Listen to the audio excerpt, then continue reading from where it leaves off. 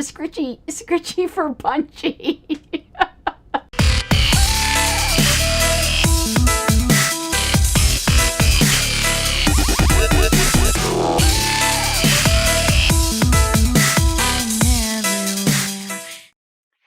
Well, hello everyone, and I didn't set up the show properly, which is kind of funny because I was having problems getting it to stream to Twitter, and it's still not streaming to Twitter. So I haven't even downloaded the clips I want to respond to, which I'm doing right now. I have them saved on my Google Drive, and fortunately, it's only a couple of them. I'm downloading the third one now.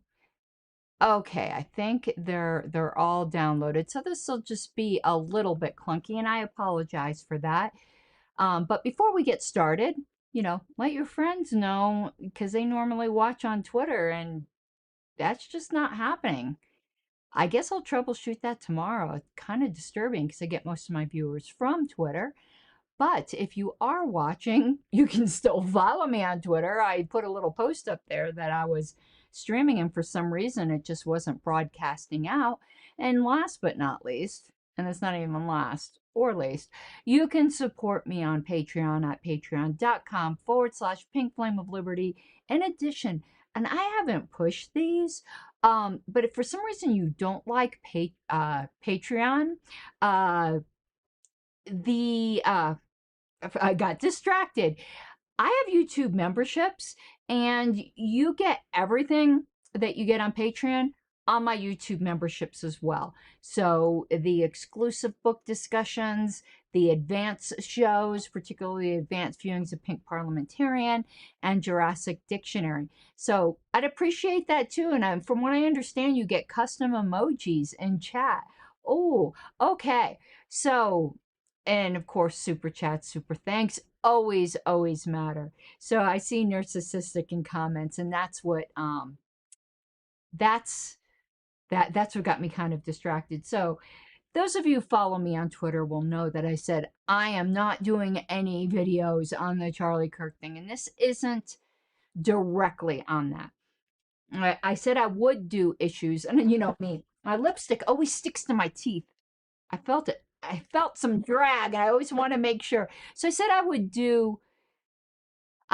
talk about, and you got the Lucy Cam, by the way, that I would talk about the surrounding issues.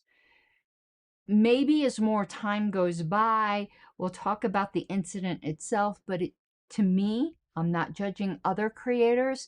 To me, to talk about the incident itself just makes me feel exploitative.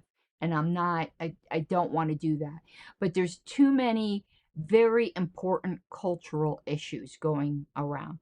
So I've been watching a lot of videos on this incident. I've been very vocal on Twitter and have been getting dragged pretty badly about, well, let me first say one thing to get straight off the bat.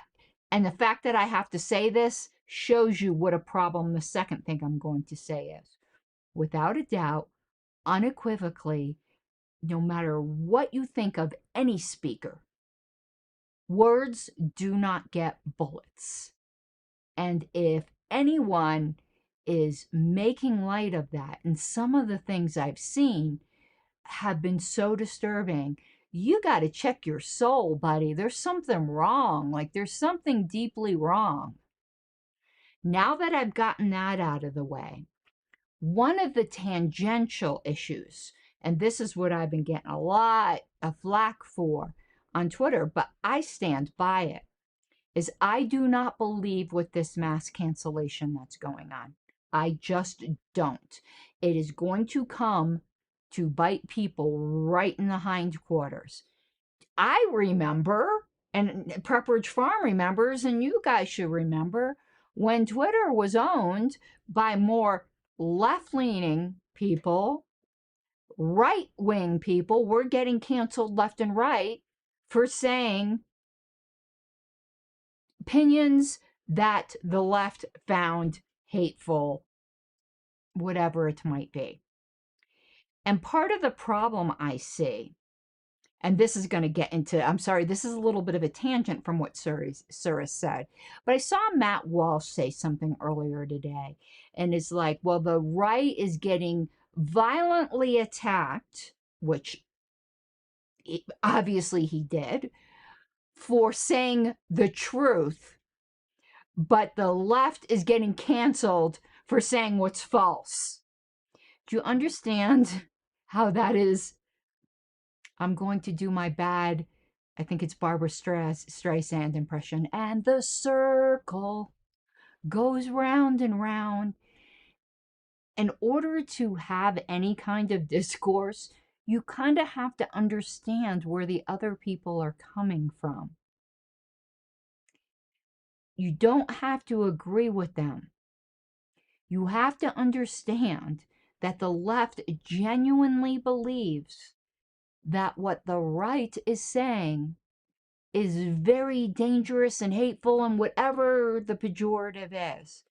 And the thing is, I've been watching for months within my own party, kind of in a little bit of an echo chamber, so much vitriol to the left.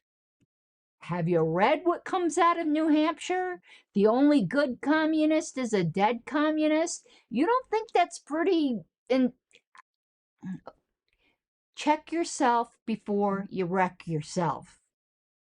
So, been watching a lot of channels, both from all sides of the political spectrum, though I haven't really watched any libertarian ones on it, but I don't tend to watch very many libertarian shows. Just because I want to have my own thoughts, kind of. But I forgot where I was going. Oh, so I've watched from both sides. And one of the very left people I watch is a commentator called Suris. I've done shows on Suris before. He's very popular. I'm just going to be quite honest here, and dude, don't shoot me. Like, don't come for me. I'm going to say my opinion, and you might not like my opinion. But in some ways, I find his channel kind of disturbing. And the way some far-right people might take one look at me and go, I can't handle hearing her talk because I can't handle the pink hair. Okay, that's up to you.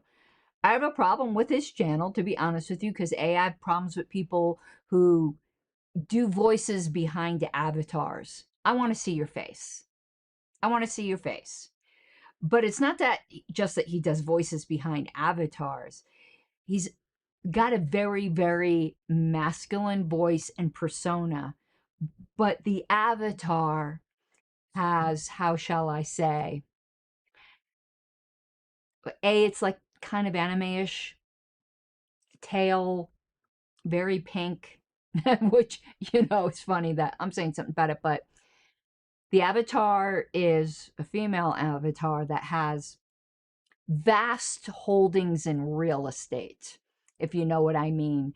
And these holdings are very bouncy. It's a cartoon, but it's so distracting, to try to listen to his commentary where you got the fake tail going back and forth in the background and a bounce house going on in the front. You'll see, because I've got videos. So we are going to listen to him and react. But let me front load this. No, Suris does not believe in political violence the way that, and narcissistic. I used to watch him when he used to have Suris the Explorer avatar. So I do remember that. I've been watching Suris a very long time. So let me get up front. So Suris is going to go on to say that we all believe in political violence. He doesn't mean the same thing by that as libertarians do. So that's kind of the point of this whole thing. I do not want to give the impression here that amongst libertarians that Suris believes in political violence. He doesn't. He's defining it entirely wrong. And that's kind of the point of the show. Now, I'm sorry I don't have the clips queued up. So what I'm going to need to do this, again, this is going to be a little clunky, I need to open a blank screen, and I need to load up the first clip. Here we go. But I'm also not going to be so naive as to say the phrase, I do not condone political violence. And the reason I will not say that phrase is because nobody, and I mean nobody, who speaks that phrase actually means it. Well, Suris, you're wrong. Now he's going to go on to explain, but when you say nobody, I mean nobody. The fact that libertarians didn't even enter your head at all tells me that you need to expand your horizons a bit. I know you're aware of libertarians. Why they didn't even come into the equation here, I do not know. So, in a broad sense, but I wouldn't call it political violence, in a broad sense, all except for the most extreme pacifists. And I'm a pacifist myself, but I'm kind of like a different breed of one. I have personally eschewed defensive violence, but I don't think it's morally wrong for anybody else. Like some pacifists just think it's morally wrong for everybody. I'm not that kind. I guess you would call me a soft pacifist. So, with the exception of the really extreme pacifists, yes, everybody believes in violence. I wouldn't call it political violence. I don't think protecting rights is a political issue. I think it's a human rights issue. We can quibble over that. But where he's having a problem is the word violence. Okay, that's a bit too broad. There is initiatory violence, and then there's defensive violence. So what we would call aggression and what we would call defense. And I think he knows this. So I think he's doing an equivocation here for whatever reason to be sensationalistic. I don't know. Maybe he was just being sloppy. So if we define these correctly, everybody but the most extreme pacifists believes in defensive violence. I'm not even going to call it political. We're going to call it defensive violence. But no, not everyone believes in aggression. Libertarians do not believe in aggression. Now, Suris may say, neither does he. But the way he defines political violence shows he, in fact, does believe in aggression. Up to a point. This is where it becomes so hard to talk with persons, because this gets back to where I talked about perspectives. Libertarians think everyone but them believes in aggression. But we have to understand when we're talking to them, they don't think what they're advocating is aggression.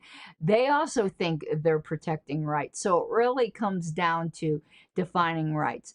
But I just really had a Forrest Whitaker eye moment at that. No one, and I mean no one, doesn't believe in political violence, because that just isn't true if you define terms correctly. So let's pull up clip number 2. There's only 3 clips. This is going to be a short show. And I am so bothered by this not streaming on Twitter.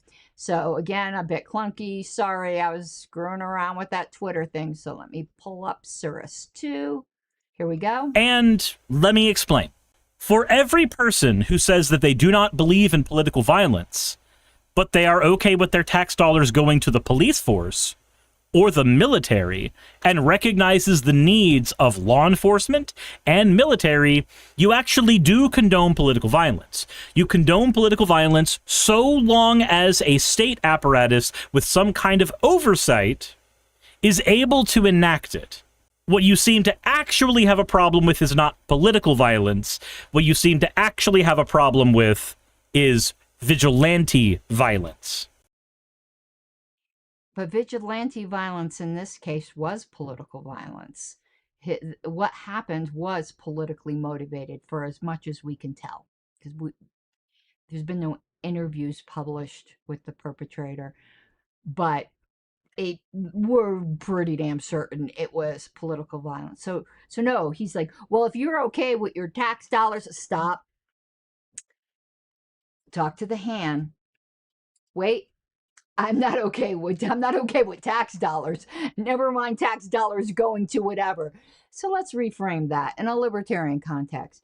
If I'm okay with money that's non-coercively obtained going towards, say, a private defense agency or to defend the country, then I'm okay with political violence. No, I don't think that's political violence. That is defending rights. And I wouldn't call it violence because it is violent, though. I mean, I will say it's a subset of violence, but it's not aggression.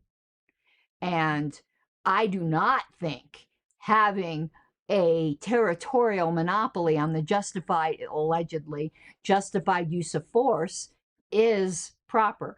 Let's say all the police did, and that we're getting into the anarchy thing here a little bit. That's okay. I know my minarchist friends know that I'm not trying to throw them off the island. Say you had a night watchman state, and it is a state. I don't care what sleight of hand Nozick pulled. I've dealt with that before. Let's say you have a night watchman state, and all they really did was protect rights. And they extracted a certain fee for that was fair, whatever. That you would, well, let's not even just say it's fair. There were tax dollars, and they were used just to fund a night watchman state. Would I be okay with that? Well, I'd probably find another hobby because there's probably other things to be outraged about. But would I be okay? No, because that in itself would be aggression. Let me explain. And this is the point that turned me into an anarchist.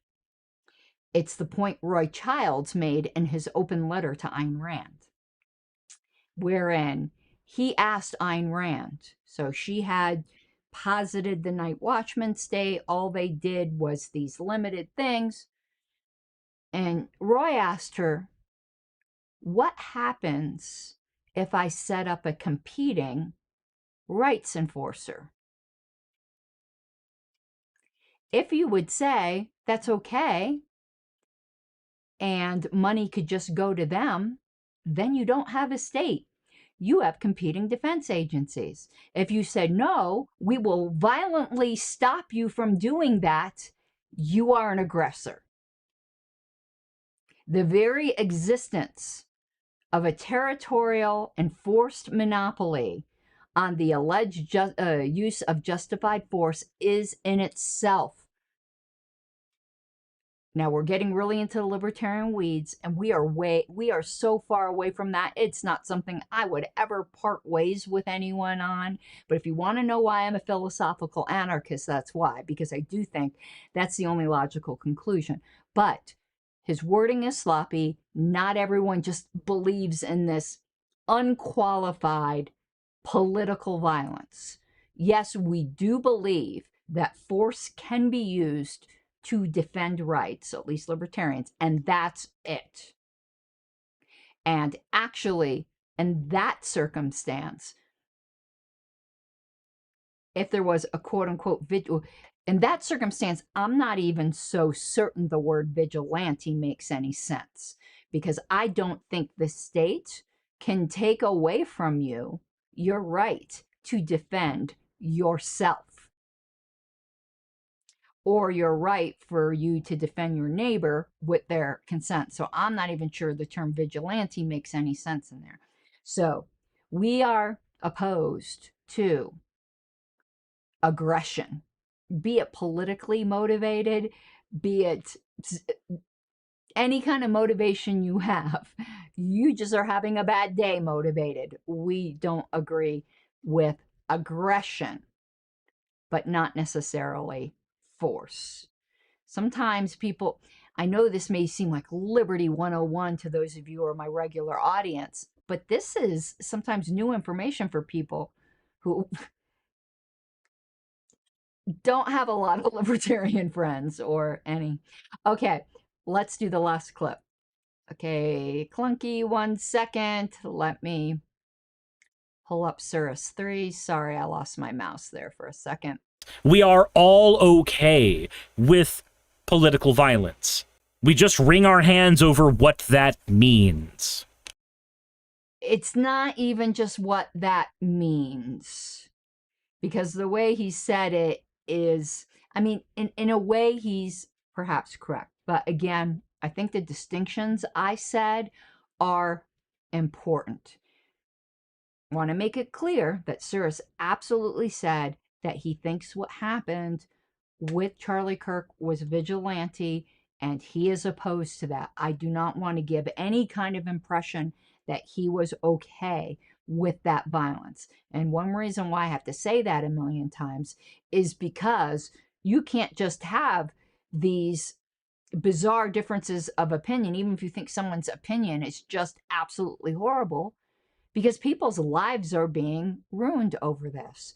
And I saw an interesting tweet, if I can find it, and this is what I'll close with if I can find it. It should be on my profile, and it's from, I think, Cenk Uygur of all people.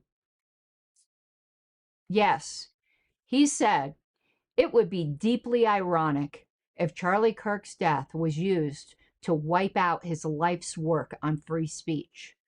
I think anyone suggesting we take away people's right to speak, no matter how offensive, would be attacking Kirk's legacy, not supporting it. And I agree. And actually, I said I was going to close on this, but I do want to add a disclaimer. I've always talked about how libertarian dystopia is possible. And to say that people, yes, they can say just whatever they want, but you are not being unlibertarian or unfree speech if you don't want to associate with them. So that's basic freedom of association. So people will say, well, and I'm going to use the example that just really showed me that this has gone so off the deep end. There was some customer service representative for some bank that said something crappy on TikTok, and the whole internet is going after this woman's job. I somewhat understand it when it comes to like nurses and doctors, because they have to value life as part of their job. But going after people who are helping you make sure that you know the routing number for your checking accounts, their crappy political opinions have nothing to do with that job. And this is a terrible, terrible road you're going on. Well, I don't want to frequent a business that hires someone like that. Well, you might not want to, but you want to know what? Plenty of people might not want to frequent a business, if we're going to be going down that road, that hired a Republican. No, I don't think we should be that kind of country. If what they're saying or doing on their free time is directly related to their employer, or they're wearing the uniform of their employer or something like that, that is a slight carve out that I can understand. But when you're, what happened before? It was, what was her name? Tammy at Home Depot said something crappy and they got fired, and somebody had posted, the world's a safer place now that fat Tammy from Home Depot doesn't work there anymore. People, think about what you're doing. I know it's giving you a rage rush right now.